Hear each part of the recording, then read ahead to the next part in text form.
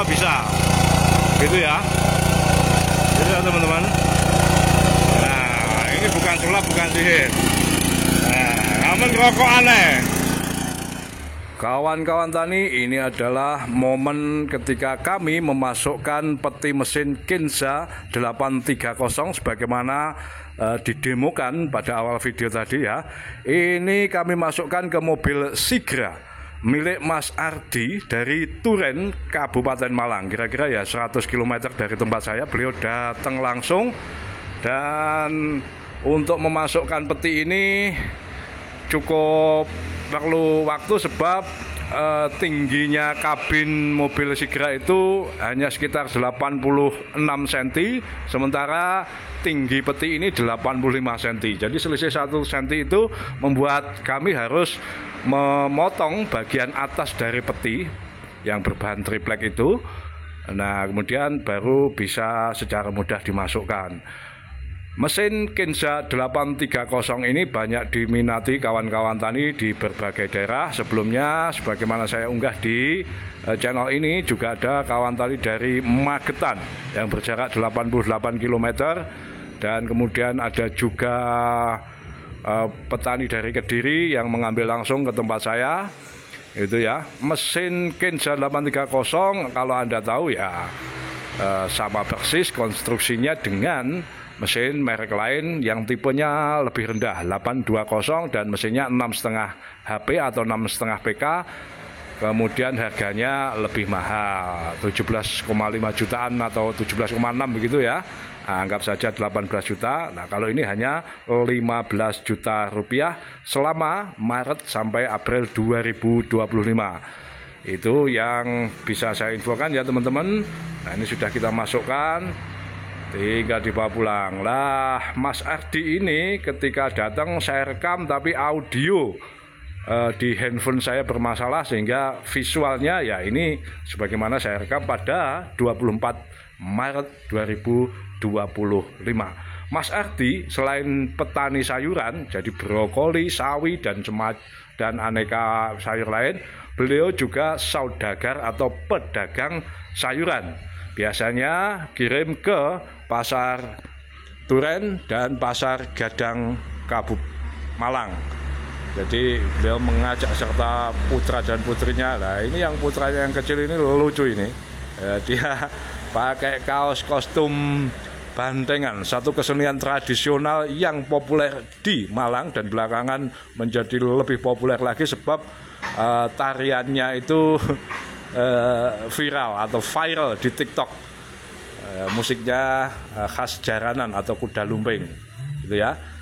Nah, semoga ini nanti dapat melancarkan pekerjaan pertanian sebab Kinza 830 ini termasuk mudah dioperasikan oleh siapa saja. Bahkan yang usianya 60 tahun ke atas itu saya rasa masih mudah sebab double gardan. Jadi ada gardan di depan dan belakang yang masing-masing bisa digerakkan oleh engine atau mesin bertenaga 7 HP atau 7 PK. Itu yang membuat stabil ya. Jadi ada roda besi maupun karet kelengkapannya, kemudian pisau cacah atau ya rotari begitu, dan rotarinya itu yang pakai anti wind blade. Jadi kalau Anda tahu itu ada pisau lurusnya sehingga dapat memotong gulma sehingga tidak mudah membelit asnya rotari gitu ya teman-teman. Selain itu juga ada pisau untuk membuat parit atau ditching blade istilahnya. Nah, ini tanpa ada kelengkapan riger atau singkal kupu-kupu sudah bisa digunakan untuk membuat parit. Demikian Mas Ardi ini langsung balik, jadi hanya sebentar di tempat saya. Lamanya itu karena memotong peti mesin. Jadi kalau proses memasukkannya ya mudah saja, dan beliau langsung pulang bersama timnya ini. Ya, saatnya pembuatan parit. Jadi ketika membuat parit, ini laju roda itu ke depan maju, sedangkan putaran asnya rotari ditching blade itu ke belakang. Ini ya. Ini kita lihat belum dibikin parit. Nah, seperti seperti ini semburannya, ya kan? Nah ini tahap 1 kawan-kawan. Tahap 1 bisa lumayan dalam. Nah nanti kalau dilakukan sekali lagi 2 kali jadinya seperti ini. Ini lebih dalam lagi. Ya kira-kira 1 jengkal lah. 1 jengkal ini untuk 2 kali. Nah kita lihat teman-teman yang mengerjakan olah lahan di video sebelumnya itu pakai quick cakar baja sampai 4-5 kali kalau bikin parit lebih dalam. Kira-kira 1 jengkal lebih segini. Nah itu kira-kira kedalaman ya 35-40 gitu ya teman-teman. Nah kalau 1 kali begini, ini posisi tanah sekali lagi sudah dicacah bolak-balik gitu ya. Kalau langsung ya perlu sampai 5 kali pembuatan parit itu normal. Jadi tidak bisa diarahkan 1 kali langsung dalam. Kalau dipaksakan ya